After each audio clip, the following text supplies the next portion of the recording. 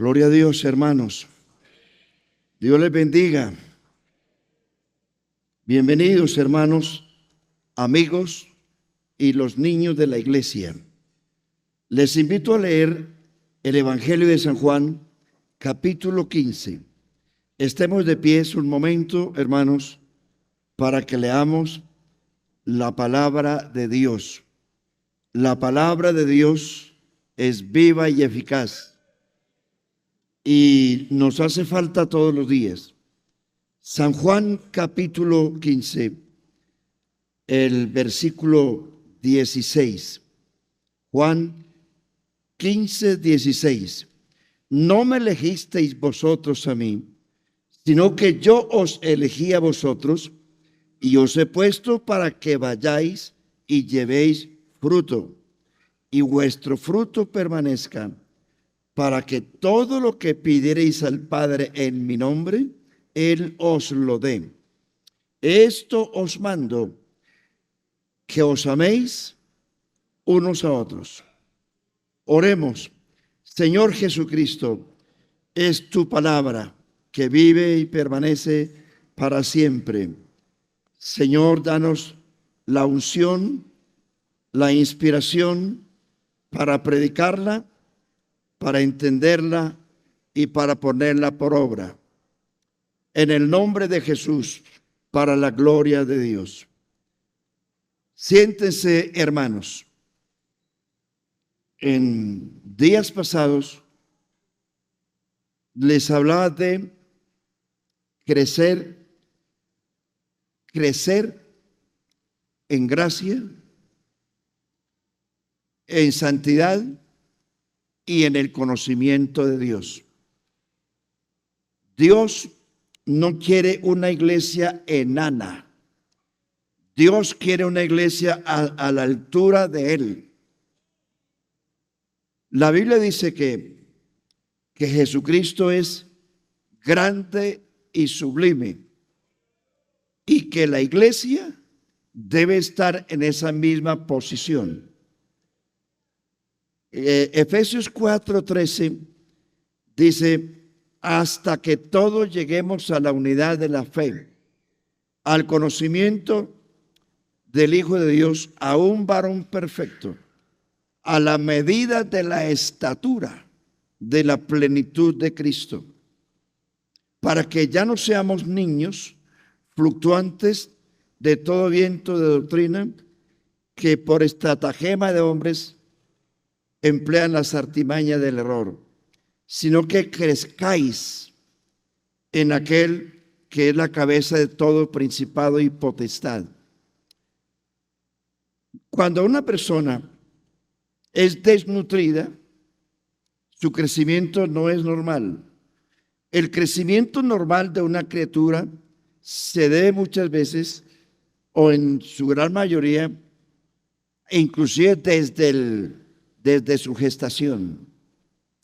Nosotros tenemos el mejor alimento para crecer bien, para fortalecernos bien. Dice Pedro, desead como niños la leche espiritual no adulterada, para que por ella crezcáis en el conocimiento de Dios. Una de las formas, o muchas, pero una es, para usted crecer en Dios, es necesario que usted crea que Dios existe. A Jesús le preguntaron: aumentanos la fe. Y porque veían cosas que su incredulidad no les permitía hacer cosas extraordinarias. ¿Quiere usted que Dios le aumente su fe? La Biblia dice: la fe viene por el oír y el oír la palabra de Dios. ¿Quiere usted que Dios le aumente la fe? Lea la palabra. La palabra de Dios es leche espiritual, es alimento espiritual y es el alimento del bueno. Jesucristo dijo en en Juan 6, a los judíos les dijo: vuestros padres comieron el maná en el desierto y murieron, pero el pan que yo les doy, dice, yo soy el pan vivo, porque ellos decían, Moisés nos dio el maná. Y Jesús les dice, sí, señores, Moisés les dio el maná, pero aún así murieron. Pero yo soy el pan vivo que descendió del cielo. El que come mi carne y bebe mi sangre, en mí permanece, y yo le resucitaré en el día postreros. Por eso, hermanos, oír la palabra, leer la palabra y guardar la palabra es el mejor alimento para el alma. Nosotros nacimos de agua y del Espíritu. El que no naciere del agua y del Espíritu no puede entrar en el reino de Dios. El agua es tipo de la palabra. El Espíritu es la espada del Espíritu que corta, que penetra hasta partir el alma y discierne los pensamientos y las intenciones del corazón. Maridos, dice Pablo, amad a vuestras mujeres así como Cristo amó a la iglesia y se entregó por ella para santificarla, habiéndola purificado en el lavamiento del agua por la palabra, a fin de presentarse a sí mismo, porque como no hay otro mayor que él, usted normalmente le presenta a su novia, a su esposa, a alguien, su jefe, a alguien en particular. Pero Jesucristo, como no hay otro mayor que él, dice, a fin de presentarse a sí mismo. Una iglesia, ¿cómo? Una iglesia gloriosa, santa y sin mancha. Por eso, pero menciona primero la palabra santa, dice, habiéndola purificado en el lavamiento del agua por la palabra, a fin de presentarse a sí mismo una iglesia gloriosa. Como Cristo es glorioso, su novia, su esposa también será gloriosa. Amén. Como Cristo es santo, su esposa tiene que ser santa. Como Cristo es grande, la esposa de Cristo también tiene que ser grande. Por eso dice que hay que llegar a la estatura de la plenitud de Cristo. Y eso es crecer. Dios no quiere una iglesia enana, sino a la altura de Él. Y cuando la iglesia esté a la altura de Él, entonces el Señor viene a recoger su iglesia. Crecer. En esta ocasión hablamos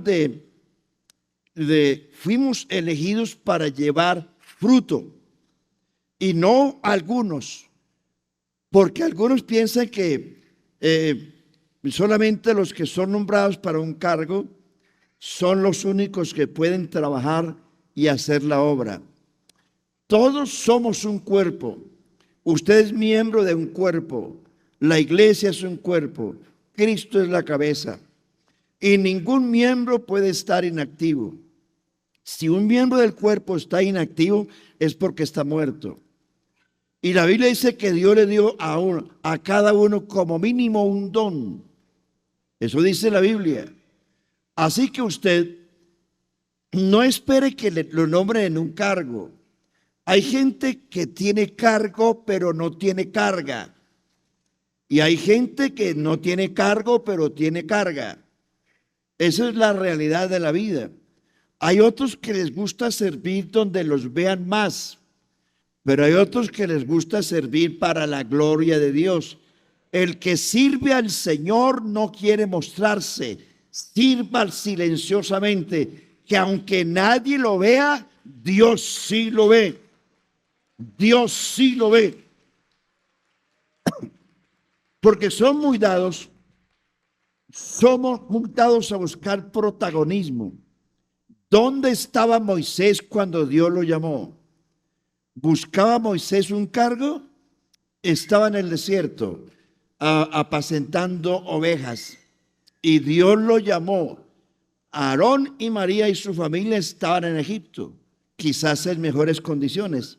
Ellos pudieran haberlo hecho, pero Dios se fue al desierto a llamar a un pastor que apacentaba ovejas en el desierto y lo llamó a él. Y esta semana decía en el grupo de líderes acerca de los siervos. Siervos por obligación, siervos voluntarios y siervos por elección. Y yo he explicado esta semana lo que es un siervo obligado y un siervo voluntario y un siervo por elección. Moisés fue un siervo a quien Dios eligió. Podía haber llamado a otros, pero Dios se fue al desierto y eligió a Moisés. ¿Dónde estaba David? Sus 7 hermanos mayores que él eran soldados del ejército de Israel, soldados de Saúl, de mejor presencia, mejor capacitados en la guerra. Y pasaron los 7, y Dios no eligió ninguno. Samuel dice, ¿y dónde hay alguien más?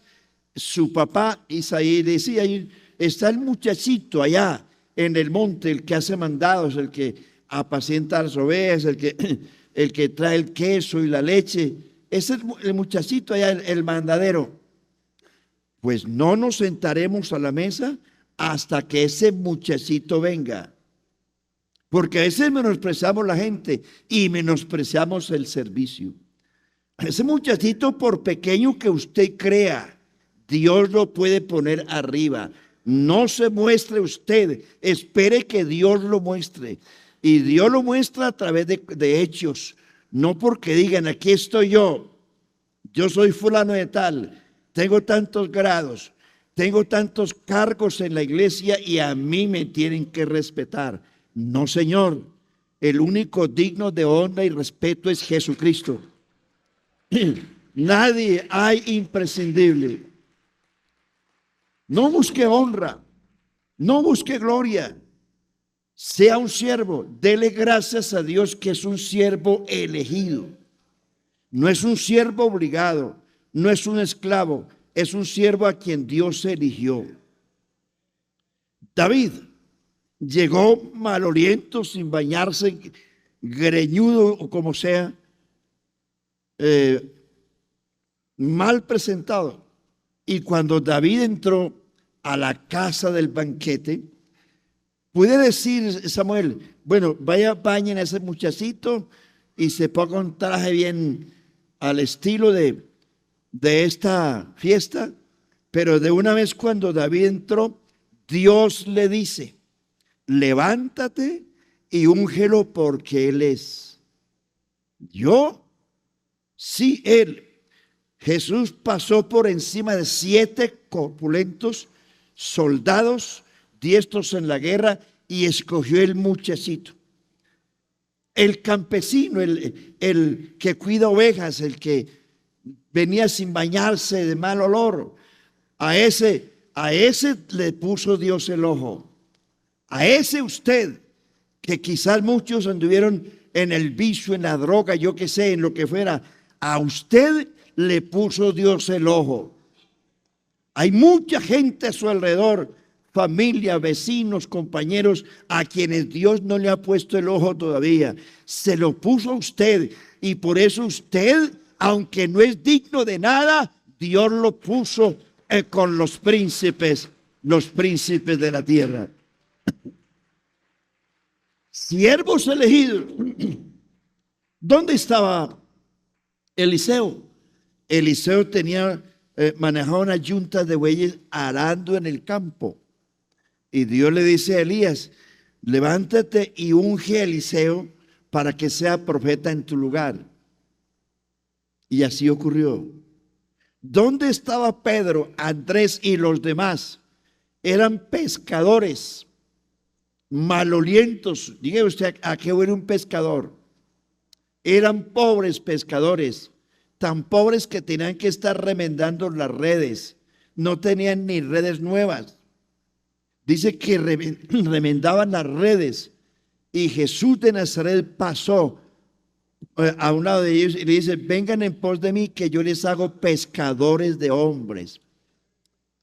¿Y qué dijo Pedro? No, Señor. No vamos así a ningún desconocido. Ninguno de ellos rehusó.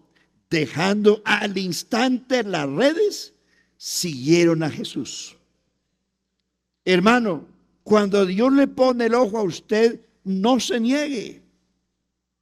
No importa lo pequeño que usted sea o lo pequeño que usted se crea, sírvale a Dios.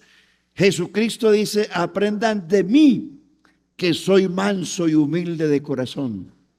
Jesucristo, siendo Dios manifestado en carne, Dios se sentó en el piso, tomó una vasija, tomó una toalla, se ciñó y le lavó los pies a los discípulos. Y les dice: miren lo que hago yo, háganlo ustedes también. ¿Qué quiere decir háganlo ustedes también? Jesucristo está hablando allí, dice estas palabras: si yo, vuestro Señor y Maestro, he hecho esto, vosotros también debéis hacerlo. No se trata de que usted se va a sentar aquí a lavarle los pies literalmente a la gente, porque a eso era una costumbre judía, pero para ciertas personas. No era parte de la ley, era una costumbre. Cuando la Biblia nos dice de lavando los pies los unos a los otros, está hablando del servicio, porque el Señor dice: mire, estas palabras: ¿quién es el mayor, el que se sienta a la mesa o el que sirve? La pregunta: ¿quién es mayor? ¿El que se sienta a la mesa o el que se sienta en la mesa? No hice nada. Bueno, no cayeron. Gracias. Mayor es el que se sienta a la mesa. Y Jesús dice: mire, ustedes son mayores en este caso, porque yo vine a servirles. Dice: yo no vine para ser servido, sino para servir y dar mi vida en rescate por muchos. Ahí está hablando de lavar los pies, está hablando del servicio, que nosotros debemos servirnos los unos a los otros, amarnos los unos a los otros, colaborarnos los unos a los otros. Está hablando del servicio. No que yo tenga que sentarme aquí, quite los zapatos, hermano, y venga a lavar los pies. Ese no es el caso. Lea el contexto y está hablando del servicio. Jesucristo dejó 3 pasos, entre todos los que más resalta la Biblia. El Salmo 85 dice: sus pasos nos pondrá por camino. Y en Mateo 11, 27 y 28 hay 2. Del Señor dice: aprendan de mí, que soy manso y humilde de corazón. Manso y humilde. Y en Juan 13 habla de servir. Esos 3 pasos: manso, humilde y servicio, son los 3 pasos que usted y yo tenemos que utilizar para servir a los hermanos. Si usted le sirve a los hermanos, le sirve a Dios, porque esta es la iglesia del Señor. El que a vosotros oye, a mí me oye. El que a vosotros desecha, a mí me desecha. Y yo quiero tomar, hermanos, un ejemplo de lo que Dios ha querido toda la vida. Vaya a Deuteronomio capítulo 4, cuando Dios está hablando de Israel. Dios le dice a los hijos de Israel, cuando les dictó por segunda vez la ley. En Éxodo 19, el Señor le dio la ley a Israel en el monte Sinaí. En Deuteronomio capítulo 4, 40 años después, el Señor le repitió la ley a la nueva generación. Y le dice: mire, Ustedes han sido elegidos como mi pueblo, no porque sean los mejores, sino por cuanto Jehová amó a vuestros padres, Abraham, Isaac y Jacob. Ustedes eran siervos como los demás, pero ahora son elegidos por ser descendientes de los patriarcas. Y les dice, cuídense, que ustedes no eran los mejores. Cuando entren en la tierra prometida, no digan mi poder y mi fuerza me dio todo esto, sino acuérdate de Jehová tu Dios, que Él, Jehová tu Dios, es el que da el poder de hacer las riquezas. Él es el que te da fuerzas a ti. Él es el que te hace prosperar. Él es el que te ha bendecido. Amén o no. Lo que usted tiene, lo que yo tengo, me lo dio el Señor. Nos lo dio el Señor. Y dice, para que no se gloríen. Y en Éxodo 19, uno de los propósitos de Dios con Israel era para que fueran un real sacerdocio. Pero le fallaron. Y quiero citar por aquí dos capítulos de la Biblia, para que veamos que Dios sí quiere que usted y yo le sirvamos. El Salmo 80 está una exclamación de la situación de los hijos de Israel. Oh pastor de Israel, escucha. Tú que pastoreas como ovejas a José, que estás entre querubines y resplandece. En este salmo, para no alargarme, está la palabra 3 veces. Oh Jehová, restáuranos, haz resplandecer tu rostro y seremos salvos. Pero este salmista dice en el verso 8, hiciste venir una vid de Egipto, echaste las naciones y la plantaste, limpiaste sitio delante de ella e hiciste arraigar sus raíces y llenó la tierra. Está hablando de Israel. Los montes fueron cubiertos de su sombra y con los sarmientos los cedros de Dios. Extendió sus vástagos hasta el mar y hasta el río sus renuevos. ¿Por qué aportillaste sus vallados y la vendimian todos los que pasan por el desierto? La destroza el puerco montés y la bestia del campo la devora. Oh Dios de los ejércitos, vuelve ahora, mira desde el cielo y considera esta viña, visítala, la planta que plantó tu diestra y el renuevo que para ti afirmaste. Quemada a fuego está, asolada, perezcan por la reprensión de tu rostro.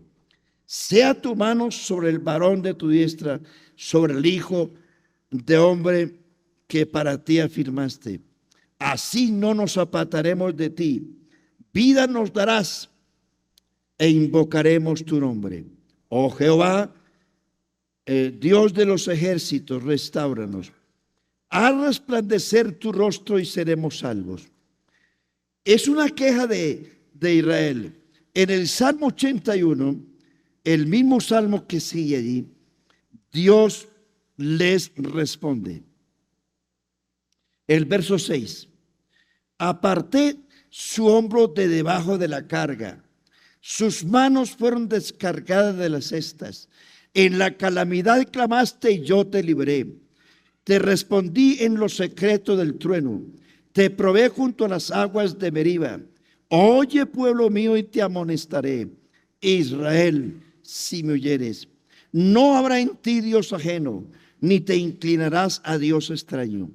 Yo soy Jehová tu Dios, que te hice subir de la tierra de Egipto. Abre tu boca y yo la llenaré. Pero mire lo que dice Dios, pero mi pueblo no oyó mi voz. E Israel no me quiso a mí. Los dejé por tanto a la dureza de su corazón. Caminaron en sus propios consejos.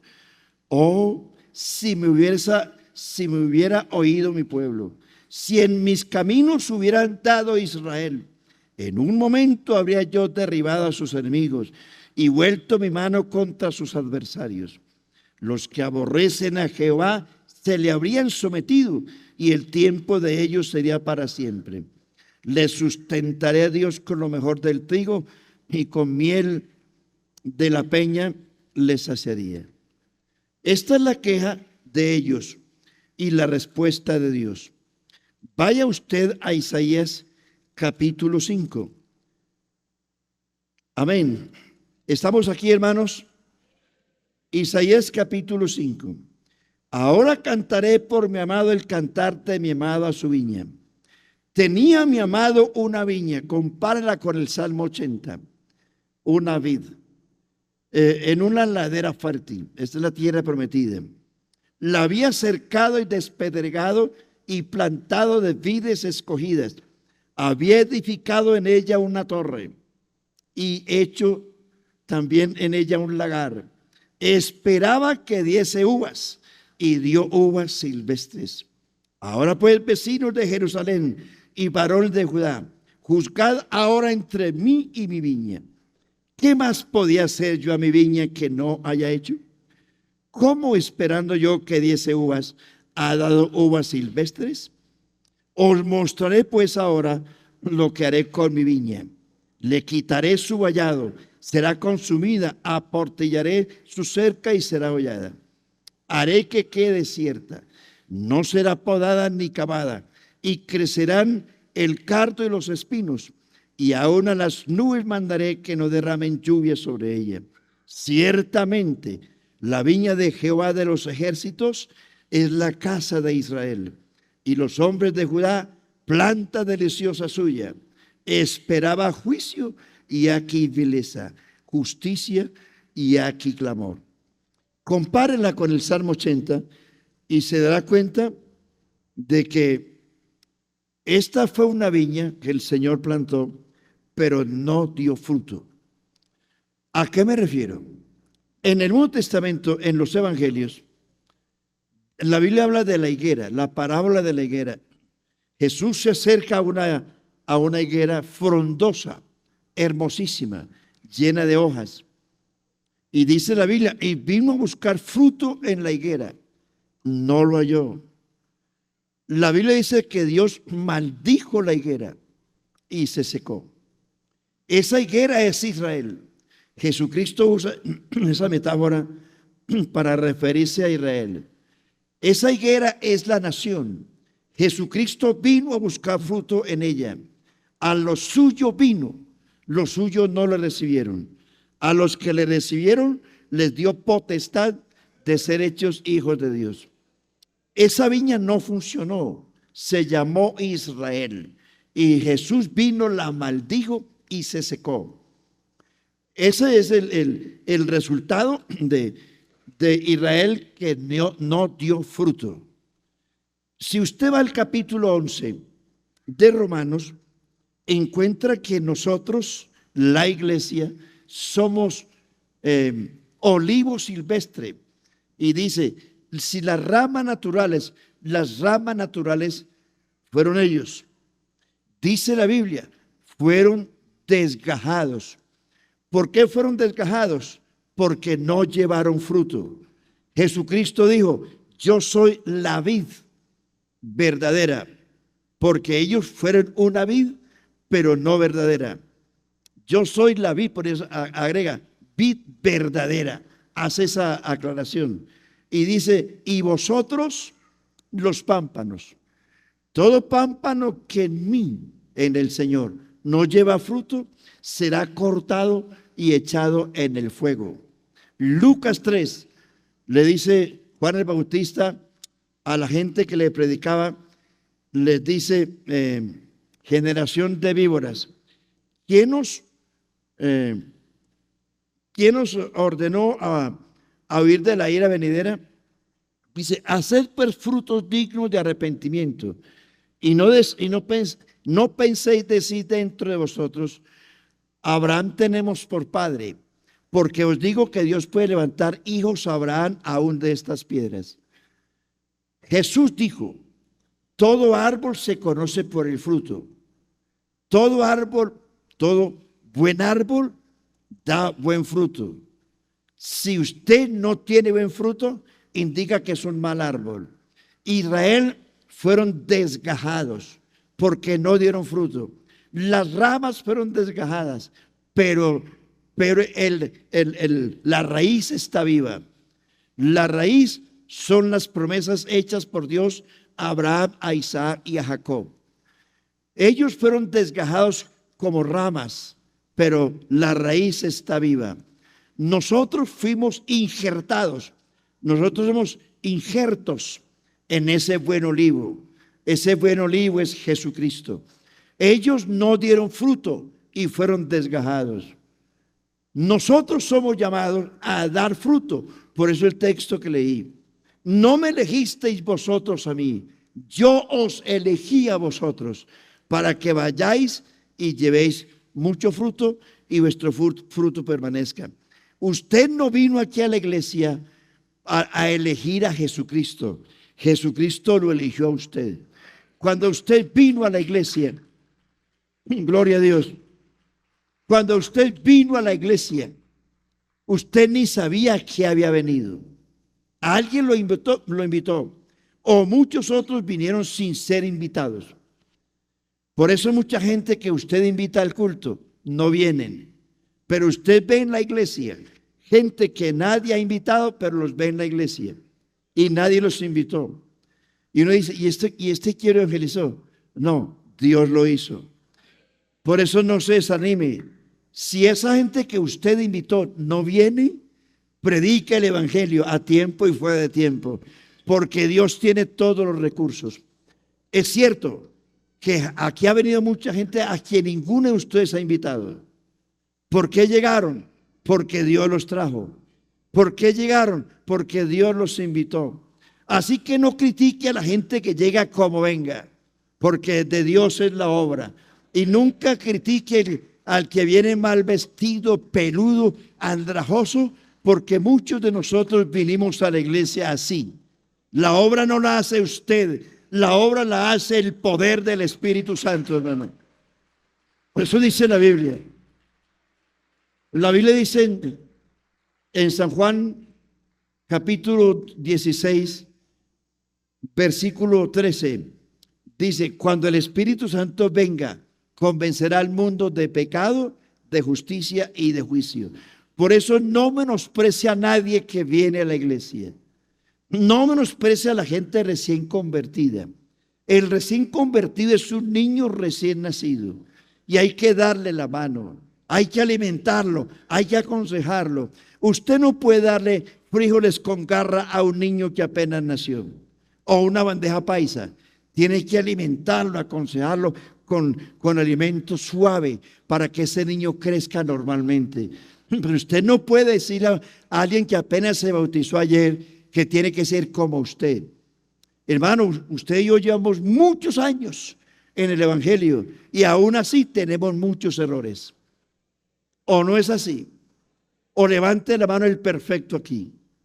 Nadie. El único. Entonces, ¿por qué criticamos al que viene como venga al culto? No le quite las escamas al pez sin sacarlo del agua. Espere, sáquelo del agua primero y comience a quitar las escamas. La obra no la hace usted, la obra la hace el Señor. Amén. Mías son las almas, mías son las almas. El alma del Padre, el alma del Hijo, pero el alma que pecare morirá. Entonces, hermanos, nosotros somos ramas injertadas en el buen olivo y somos llamados, iglesia, a dar fruto. La Biblia dice, en el capítulo 11 de Romanos, dice, mire, por su incredulidad, hablando de los judíos, ellos fueron desgajados, pero tú, por la fe, estás en pie. No te ensoberbezcas, sino teme. Porque si Dios no los perdonó a ellos, que son las ramas naturales, a ti, que eres olivo silvestre, tampoco te perdonará. Pongan cuidado el contexto, hermanos. Dios no los perdonó, los votó. Están dentro del programa de Dios, pero a futuro, por no llevar fruto. Salmo 80, Isaías 5, les doy los textos que ya leí, y también la parábola de la higuera, los maldijo. Y Juan el Bautista dijo, el hacha está puesta a la raíz de los árboles. Todo árbol que no da fruto será cortado, gloria a Dios, y echado en el fuego.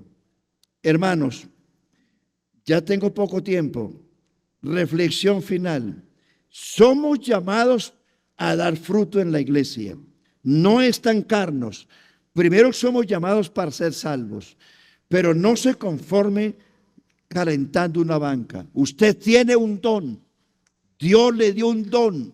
Al que menos le dio uno. Así que pilas, hermano, que el árbol que no da fruto, Dios lo corta. Y no es porque, a mí no me nombraron. No, Señor. Aquí hay un barrio lleno de gente inconversa. Este es un barrio lleno de gente apartada. ¿Por qué no haces una obra? No me nombraron. No, Señor. Para evangelizar no hay que esperar que lo nombren a uno. El evangelizar a la gente es un sentir que da el Espíritu Santo en la persona. Predica el evangelio, oigan o no oigan, a tiempo y fuera de tiempo, crean o no crean. El evangelio hay que predicarlo a toda criatura. El que creyere y se bautice será salvo. Usted, para predicar el evangelio no necesita licencia. No, que no me nombraron, no importa. Que me desconocen en la iglesia, no importa. Si en la iglesia te desconocen, hay un Dios que sabe quién eres tú. Sabe quién eres tú. Somos llamados para dar fruto. Moisés tuvo un equipo de guerra. Éxodo capítulo 17, versículos 9 y 13. Amalek le salió al encuentro para atajar a Israel. Moisés levantaba las manos y el pueblo prevalecía. Cuando Moisés se cansaba, caían las manos y Amalek prevalecía. Viéndolo Aarón y Hur, oiga el equipo que tiene la gente. Uno solo no hace el trabajo. Hay un equipo grande, gracias a Dios por el equipo aquí de la iglesia. Viendo a Aarón y Hur que Moisés levantando las manos prevalecían, tomaron una piedra y sentaron a Moisés. Y Aarón y Hur se hicieron a cada lado y tenían las manos de Moisés arriba. Dice la Biblia, así Israel prevaleció contra Amalek. Porque mientras los líderes tengan las manos arriba, hay victoria. Terrible es cuando los líderes bajan la guardia. Hay que mantener, líderes, las manos arriba. Porque mientras mantengamos las manos arriba, con el ánimo arriba, vamos a prevalecer en el nombre de Jesucristo. Gloria a Dios. Pero mientras nos desalentamos, hermano, ¿cómo está? Ay, hermano. Aguantando el cañazo. No, Señor. Dios no quiere un servicio a medias. Dios quiere un servicio real. ¿Cómo está, hermano? Bien, contento. Sí, hermano, sirviendo al Señor. ¿Qué está haciendo? No, de vez en cuando trapeando el salón. Me pusieron a vigilar de recepción. Me pusieron en la puerta, feliz. Me pusieron a visitar a un enfermo, feliz. Estoy visitando a una familia, feliz. Hermano, hágalo con alegría. Hágalo con las manos arriba, que mientras las manos estén arriba, vamos a prevalecer en el nombre del Señor. El equipo de Moisés, Jetro, se dio cuenta de que Moisés iba a permanecer para manejar un pueblo de 3 millones. Solo se sentaba a escuchar a la gente. Jetro le dice, sin ser judío, mire, lo que hace no está bien, porque no vas a poder entrar a esta gente a la tierra prometida. Nombra 70 ancianos de lo mejor del pueblo y nómbralos como consejeros para que te ayuden a llevar la carga. Moisés atendió el llamado y nombró 70 ancianos y los nombró consejeros del pueblo. Pero aparte de eso, Moisés, eso le sirvió como una forma de administrar. Iban por un desierto, 3 millones de personas por un desierto. Moisés entonces hizo nombramiento no solamente de 70, nombró líderes, capitanes de 1000, de 500, de 200, de 100, de 50, de 20 y de 10. Y le dice a fulano, venga usted Tiburcio, que es más avispado, llévese estos 1000, dirija usted estos 1000 por el desierto, capitán de 1000. Al otro, usted que es buena gente pero malentico, venga, lleve estos 500. Usted es el encargado de guiar estos 500 por el desierto. Y así en esa orden, al más malito lo puso con 10.